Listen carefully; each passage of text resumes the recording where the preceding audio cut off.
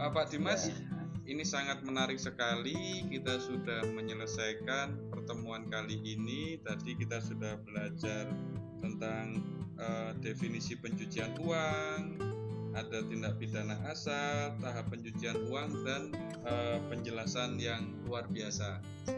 Kita akan lanjutkan lagi, Pak Dimas, di pertemuan ke depan.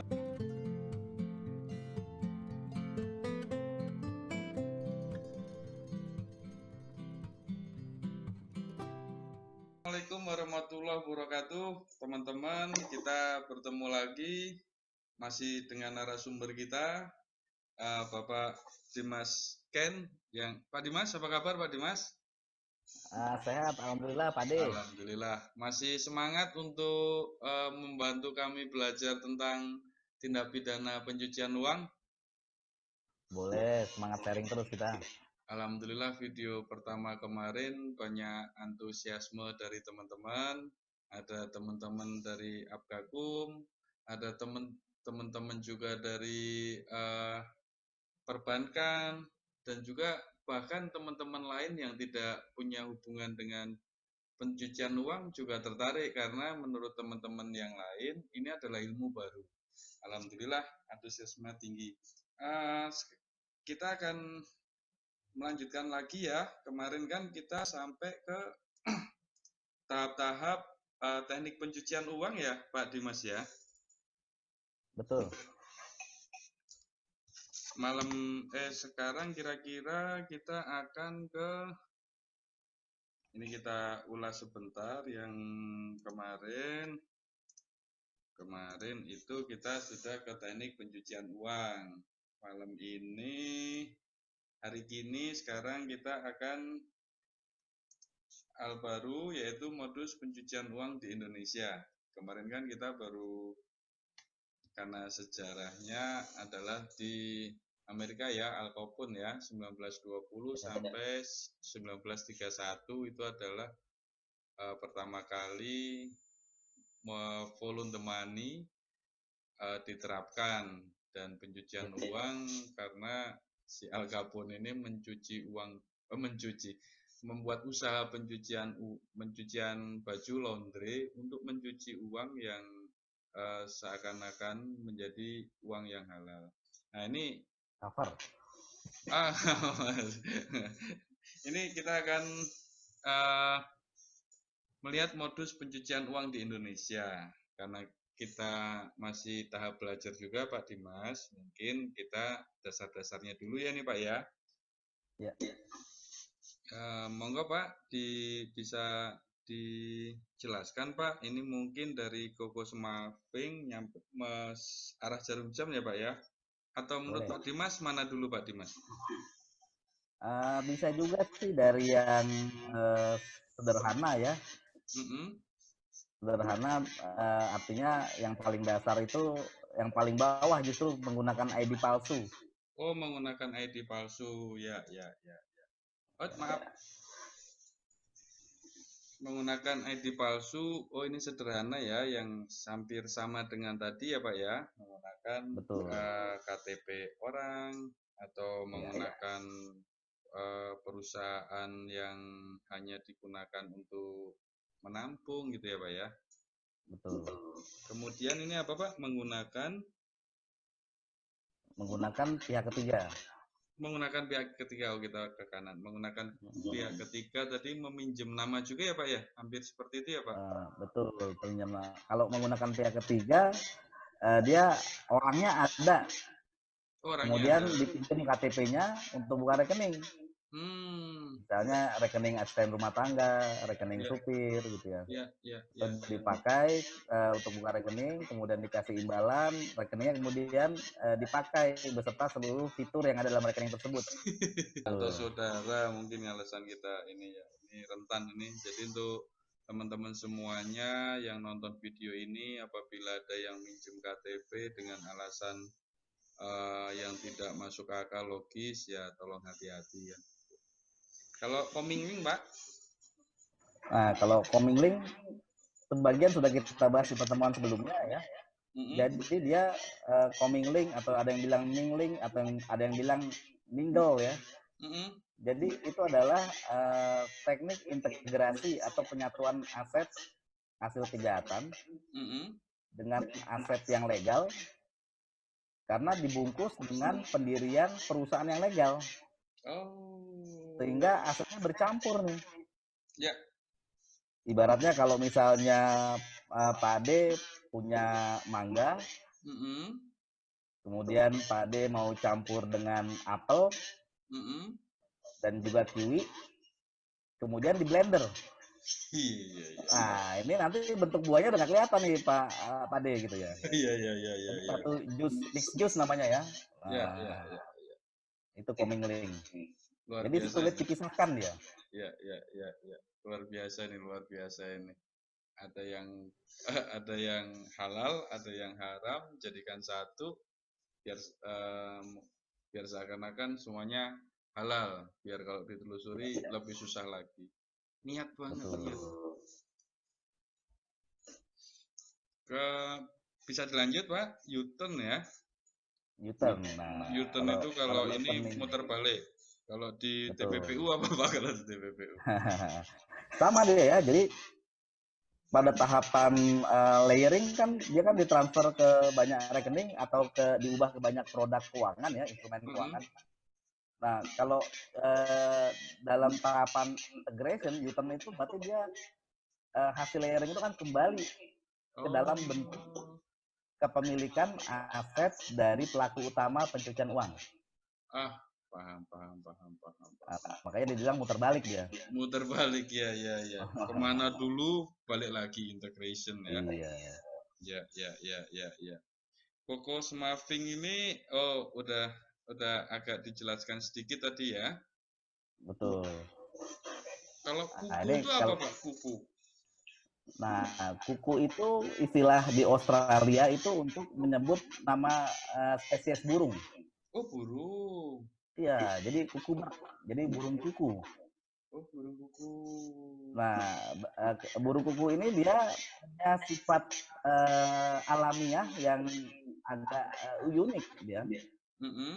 Jadi kalau dia ini berhubungan dengan pasangannya gitu ya, kemudian dia reproduksi kan bertelur dia. Ya. Nah, dia pada saat mau menelurkan telurnya ini dia pindah dulu ke sarang burung tetangganya. Lah? Di pohon sebelah. Itu. Gitu ya. Habitnya memang seperti itu dia. Habitnya seperti itu.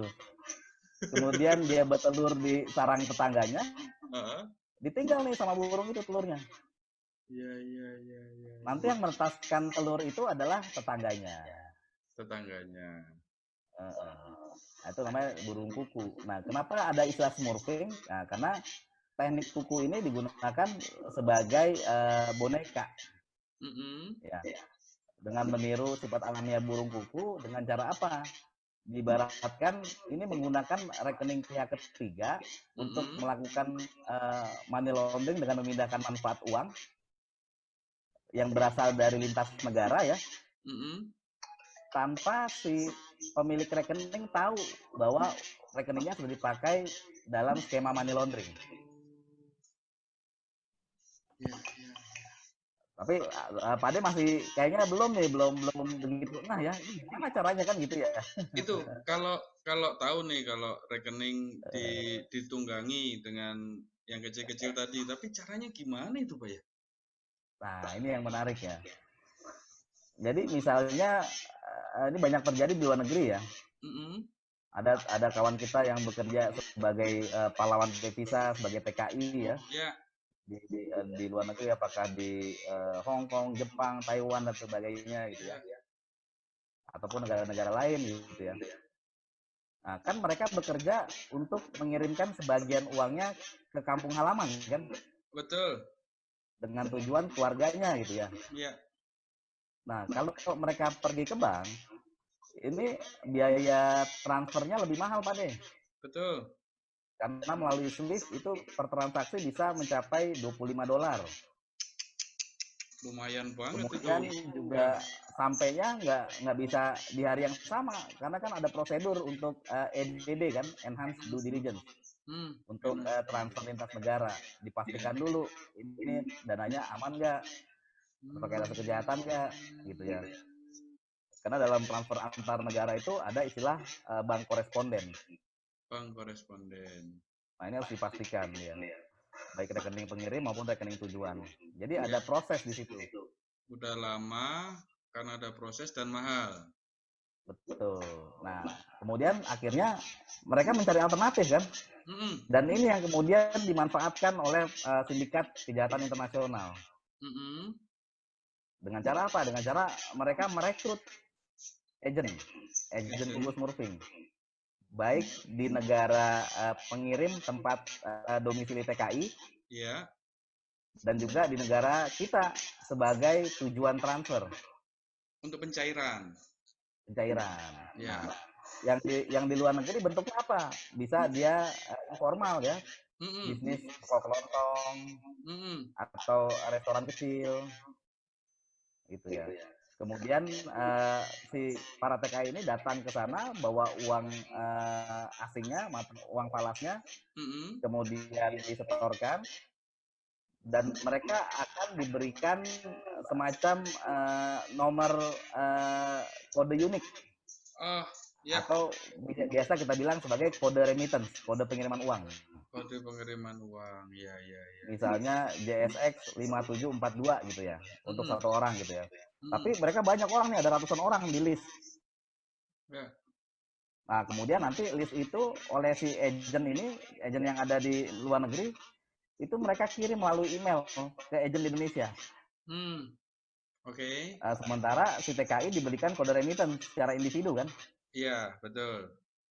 Nah, TKI itu akan menginformasikan ke keluarganya di Indonesia. Kode tadi JSX 4526 misalnya. Kemudian nanti di Indonesia keluarganya menerima dalam bentuk WA, SMS, ya, atau pesan-pesan gitu ya.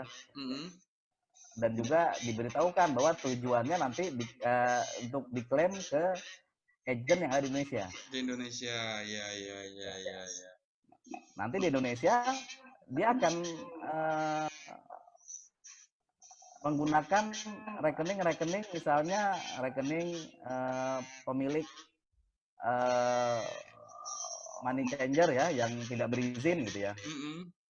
Atau misalnya toko elektronik yang menjalankan bisnis sampingan gitu ya. Nah, nanti mereka yang akan mengumpulkan uang-uang setoran dari sindikat kejahatan di Indonesia. Kemudian setoran tunai menggunakan banyak rekening itu ditransfer ke rekening si keluarga para TKI. Iya.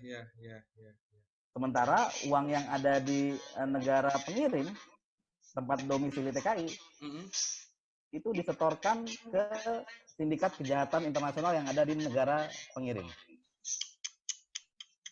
Jadi secara elektronis tidak ada perpindahan dana berupa wire transfer atau transfer elektronis ya, atau SWIFT gitu ya. Tapi secara manfaat uang sudah berpindah. Uang yang para TKI diberikan kepada sindikat narkoba di luar negeri.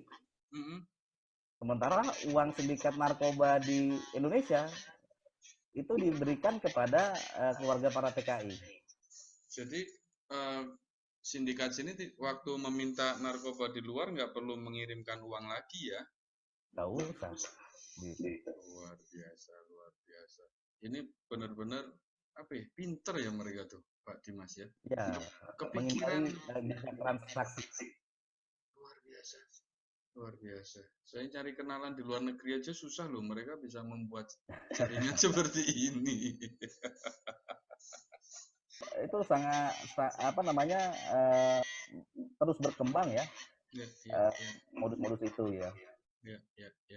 Harus update terus ya. Betul. Terus bisa dilanjut ya, teman-teman. Nanti kalau menurut teman-teman saya atau Pak Dimas terlalu cepat, bisa komen di bawah, atau metode apa yang menurut teman-teman lebih enak, bisa komen di bawah. Kita lanjutkan menggunakan perusahaan legal. Loh, kok legal Pak Dimas? Ya, ini tadi yang kita bilang sebagai coming link ya, coming link. Jadi coming link itu kan dia pasti kan menggunakan perusahaan yang legal dia kan. Gitu. Nah ini ada juga modus dia membuka perusahaan legal. Kalau bedanya sama coming link, kalau coming link aktivitas usahanya nggak ada. Aktivitas usahanya ada kalau coming link. Jadi dia buka dealer mobil, dealernya memang ada, aktivitas jual beli mobilnya ada gitu ya. Tapi kalau penggunaan perusahaan legal, aktivitas bisnis secara realnya nggak ada, fiktif dia. Jadi membuka perusahaan berbadan hukum hanya untuk sebagai kedok. Legalitas. Kenapa? Karena dalam melakukan jual beli kan butuh rekening. Supaya mudah, maka dibuka perusahaan untuk membuka rekening giro di bank. Kemudian transaksi uang masuk di rekening giro tersebut itu diakui sebagai transaksi usaha. Kalau coming link tadi kan ada usahanya, tapi digabung nih yang halal dan haram. Betul. Kalau ini cenderung hanya legalitas untuk membuka rekening ya, biar itu dianggap sebagai rekening bisnis dan terpisah dengan rekening pribadi pelaku kejahatan ya Pak Dimas ya. Betul. Ini kalau di luar negeri dia dibilang sebagai conduit company. Apa Pak Dimas? Maaf. Conduit company. Conduit company. Jadi conduit company itu memang perusahaan yang sengaja di-create untuk melakukan aktivitas kejahatan. Sebagai kedok. Sebagai kedok. Memang udah niat ya dari awal ya. Ya. Menarik nih penjelasannya Pak Dimas. Kalau ini penggunaan perdagangan internasional yang salah satunya yang tadi itu apa double invoicing itu. Betul, ini yang trade based money laundering dia. Jadi money laundering dengan internasional dan karena skema perdagangan internasional otomatis dia melibatkan transaksi ekspor impor. Ada 4 modus di situ. Ada under invoicing, ada over invoicing, kemudian multiple invoicing, banyak, dan satu lagi falsely described. Apa Pak Dimas? Falsely described artinya keterangan pada invoice yang tidak benar dengan isi barang di kontainer. Oh, ya. Harga diturunkan, harga dinaikkan, dibuat beberapa invoice, yang terakhir ya invoice yang tidak sesuai dengan barangnya ya. Betul. Nah ini semua yang kemudian digunakan untuk memindahkan manfaat, apakah barangnya yang kelebihan dari tagihannya atau kita sebut sebagai under invoicing, atau nilai tagihan yang melebihi barang yang real di kontainer. Kita bilang over invoicing. Gunanya untuk apa itu Pak? Nah, kalau misalnya under invoicing, contoh misalnya dari negara A ekspor ke negara B. Ya. Kemudian nilai barangnya ini misalnya katakanlah sebenarnya $2.000 gitu ya. Tapi dia nagihnya hanya $1.000. Nagihnya hanya $1.000 ya. Nah, kelebihannya berupa apa? Barang dari negara A masuk ke negara B itu melebihi kapasitas yang ada di invoice, volumenya. Yang kemudian keuntungannya buat negara B adalah sindikat ini akan menjual di negara B. Menjual di negara B. Ya, ini biasanya terjadi misalnya ya banyak lah, kayak misalnya produk tertentu ya, yang kemudian dimasukkan sengaja untuk bisa membajiri di dalam negeri ya. Sementara jadi money laundering-nya dalam bentuk pemindahannya bukan langsung uang tapi berupa barang. Dan barang ini punya nilai ekonomis karena bisa dijual. Ya, paham. Ya. Kemudian tadi kalau itu under, kalau yang dinaikkan tadi Pak invoice-nya? Over invoicing. Over invoicing? Ya. Nah, itu kalau over invoicing misalnya terbalik dia. Negara A dia nagihnya katakanlah $10.000. Sementara barang yang dikirim itu hanya senilai $5.000. Iya. Jadi dengan adanya mekanisme itu perdagangan ada kelebihan uang $5.000 yang dibayarkan dari negara B ke negara A. Yang diantaranya itu mungkin 5.000 itu hasil kejahatan. Oh, untuk melarikan tadi ya, melarikan. Betul. Atau digunakan untuk transaksi lain lagi yang ilegal. Betul. Berarti ya kayak underlying juga Pak ya, underlying. Tapi dia up, ada benar kegiatannya tapi dia over ya. Paham. Ya. Terus itu 1, 2, 3, ada 4 tadi Pak ya? Ada ya 3 multiple invoice ya. Yang tadi ada 1 invoice ekspor impor, itu barangnya benar-benar ada, fisiknya juga ada, sesuai dengan nilai nominal tagihan. Tapi kemudian invoice-nya dipalsukan berkali-kali. Dipalsukan berkali-kali ya. Kemudian underlying invoice itu digunakan di banyak bank. Ya. Itu gunanya untuk mengirimkan uang ke luar negeri itu ya? Ya. Jadi misalnya nilai invoice-nya 1 kali import ini katakanlah $1.000. Begitu dia palsukan 100 kali, maka nanti dia bisa mengirimkan uang $100.000 ke luar negeri. 100.000. Dan seakan-akan legal. Seakan-akan legal, karena kelemahan sistem di kita ya banyak itu nanti. Ya. Belum terintegrasi atau bagaimana ya? Jadi bank ini sebagai misalnya bank devisa ya, yang mengelola rekening falas, dia kan melakukan transaksi pengiriman uang keluar berdasarkan perintah dari nasabah. Ya. Nah itu kan setiap ada pengiriman uang $100.000 dari peraturan Bank Indonesia mewajibkan harus ada underlying.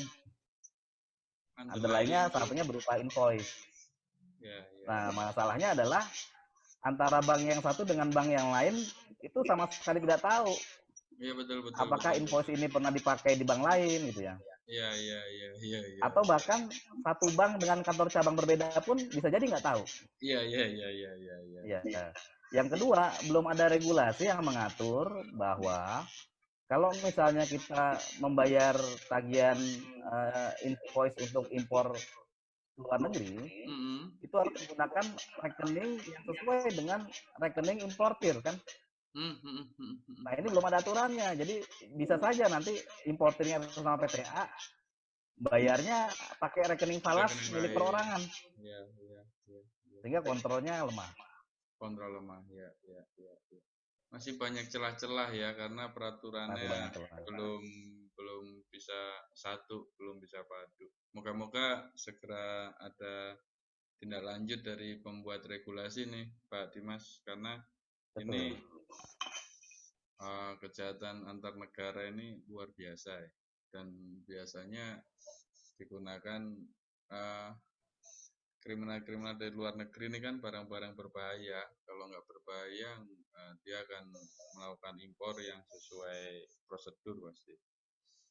Yang terakhir tadi yang barangnya tidak sesuai dengan invoice ya Pak Dimas? Iya. Jadi itu lebih ke menggunakan keterangan palsu ya. Jadi misalnya invoice-nya itu isinya dokumen PID-nya misalnya mengenai anak-anak. Tapi kemudian yang ada di kontainer itu ada misalnya baju bekas gitu ya. Ataupun barang-barang lainnya yang nggak sesuai. Modusnya apa tuh Pak Dimas? Modusnya ya bisa jadi nanti barang yang ada di kontainer itu melebihi dari nilai yang tertera di invoice. Nah itu sebenarnya lebih kental juga dengan tindak pidana kepabeanan. Ya, larinya ke kepabeanan ya. Betul. Ya. Makanya tadi di pertemuan sebelumnya ada tindak pidana asal kepabeanan tadi ya Pak ya? Iya, betul. Salah satu tindak pidana asal di pasal 2 Undang-Undang Nomor 8 tahun 2010. Kemudian ada pembelian aset ini, Pak. Modus penjualan pembelian aset yang tadi yang luxury tadi ya. Ada betul. Mobil, rumah, barang antik, apartemen, perhiasan ya, perhiasan. Ya. Kemudian yang paling bawah ini menggunakan apa ya Pak Dimas ya? Ketutup. Menggunakan jasa informal transfer. Informal transfer. Jadi menggunakan penyelenggara transfer dana yang nggak berizin. Nah ini banyak nih sekarang nih, dia bisnisnya misalnya toko emas gitu ya. Kemudian dia menerima penjualan apa namanya emas ya, logam mulia gitu ya. Katakanlah 1 kilo gitu, nilainya 1 miliar kan 1 kilo ya. Nah ini kemudian cara transfer ke rekening orang lain, bukan ke rekening si penjual. Harusnya kan kalau misalnya dia mau transfer itu kan harus ke rekening penjual kan? Iya betul. Iya, tapi ini dia menerima instruksi dari si penjual untuk transfer ke pihak ketiga. Nah itu pelanggaran ya. Jadi dia nggak sesuai dengan bisnisnya, maka dibilang sebagai informal transfer. Ini kalau di luar negeri hukumannya keras. Mereka apa ya? Oh mungkin agar tidak terlacak pajaknya gitu atau bagaimana ya Pak Dimas ya? Bisa tidak terlacak pajaknya atau tidak terlacak sumbernya. Oh tidak terlacak sumbernya ya. Ya. Betul. Di-cut di pihak ketiga itu ya. Ya. Jadi yang nanti kelihatan di rekening transaksinya dari toko emas ke pihak ketiga. Betul. Gitu. Luar biasa loh. Sebegini banyak modus yang sudah diketahui, tapi masih berjalan terus ya, dan mereka upgrade terus, cari peluang terus ya, Pak Dimas ya. Betul. Jadi makanya kita juga harus terus aware ya. Jangan sampai untuk membantu atau kemudian malah dimanfaatkan. Iya. Karena dalam konteks money laundering itu ada pelaku pasif. Pelaku pasif. Pelaku pasif itu orang yang tidak sengaja menerima pembayaran, menerima transfer gitu ya. Penitipan dan sebagainya dari harta-harta yang patut diduga berasal dari tidak pidana ya.